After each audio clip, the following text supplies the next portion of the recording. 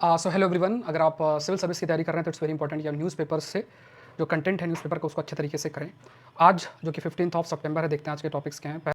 पहला टॉपिक है koala chlamydia vaccine के बारे में। तो क्लैमिडिया एक डिसीज़ है, क्वाला को अफेक्ट भी करता है, तो क्वाला को बचाने के लिए जो कि ऑस्ट्रेलिया में भी पाया जाता है उसके लिए इस वैक्सीन बहुत हेल्पफुल होगी।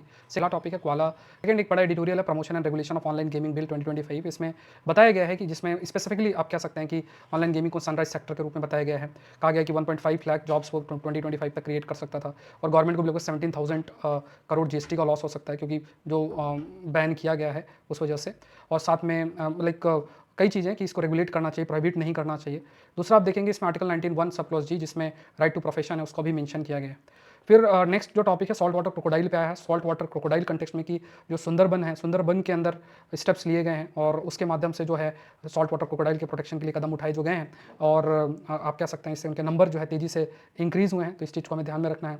और स्पेसिफिकली इन्होंने एक जो है प्रोजेक्ट के बारे में चर्चा की है, मतलब मेंशन आपका किया है, तो वो हमें पता होना चाहिए, जिसका नाम है भागाभतपुर क्रोकोडाइल प्रोजेक्ट, जो कि वेस्ट बंगाल के अंदर लोकेटेड है।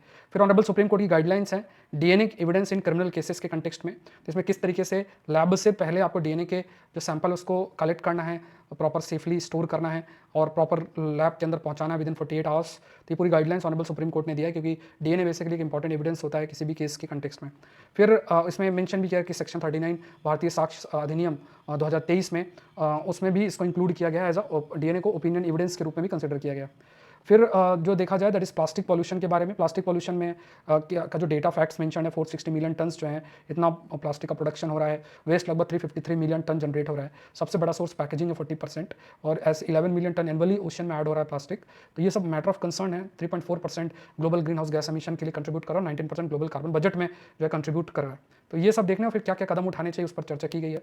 एप्पल का 119 प्रो चिपसेट के बारे में एक टॉपिक आया है, जिसको बताया गया है कि जिसमें न्यूरल एक्सेलरेटर जीपीयू के बारे में, इस पर डिटेल डिस्कशन आप मेरे द्वारा ही देख सकते हैं, इसी चैनल के अंदर है, तो आप डिटेल डिस्कशन देख सकते हैं।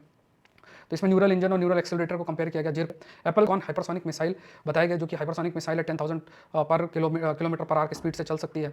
और अभी जो एक मिलिट्री एक्सरसाइज बेलारूस के साथ हो रही है, तो इसकी टेस्टिंग आपकी की गई, मतलब इसको दिखाया भी गया है।